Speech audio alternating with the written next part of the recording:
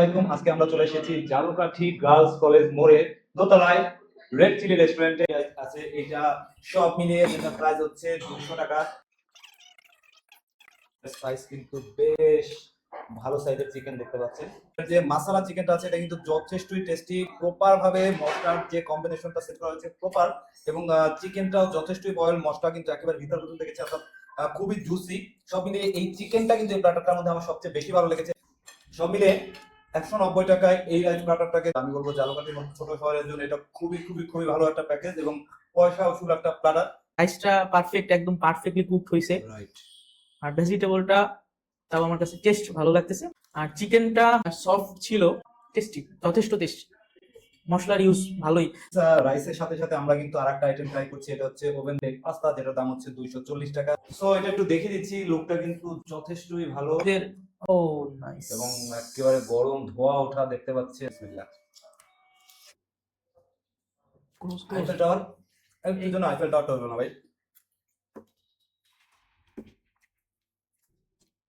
Very tasty. এটার মধ্যে যে ক্যাপসিকাম, ব্ল্যাক অলিভ, মেয়োনেজ এবং সসটা আছে, সবগুলোর যে কম্বিনেশনটা এটা কিন্তু আরো টেস্টি করে তুলেছে এবং প্রপার বয়েল রাইসে আর মাছতে এবং চিকেনের পরিমাণটা কিন্তু বেশ ভালো আছে। 240 টাকা দাম হিসাবে আমার কাছে মনে হচ্ছে যে এটা যথেষ্টই ভালো একটা প্যাকেজ। আমাকে যদি রেট করতে বলা হয় আউট অফ 10 আমি এটাকে দিতে চাই 8। আমার কাছে সবচেয়ে ভালো লাগছে চিজটা।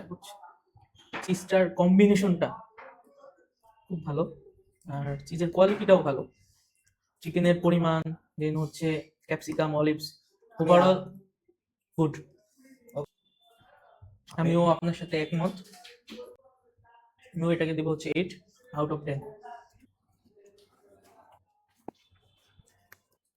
সো খাওয়া দাওয়ার সব শেষ পর্যায়ে আমরা যেটা অর্ডার করেছি ওরিও মিল্ক শেক, যেটার দাম হচ্ছে 170 টাকা, এবং জাহিদ ভাই যেটা অর্ডার দিয়েছে সেটা হচ্ছে ম্যাঙ্গো লাচ্ছি, যেটার দাম হচ্ছে 130 টাকা। খাবার শেষে রিফ্রেশিং ব্যাপার পাইতেছি।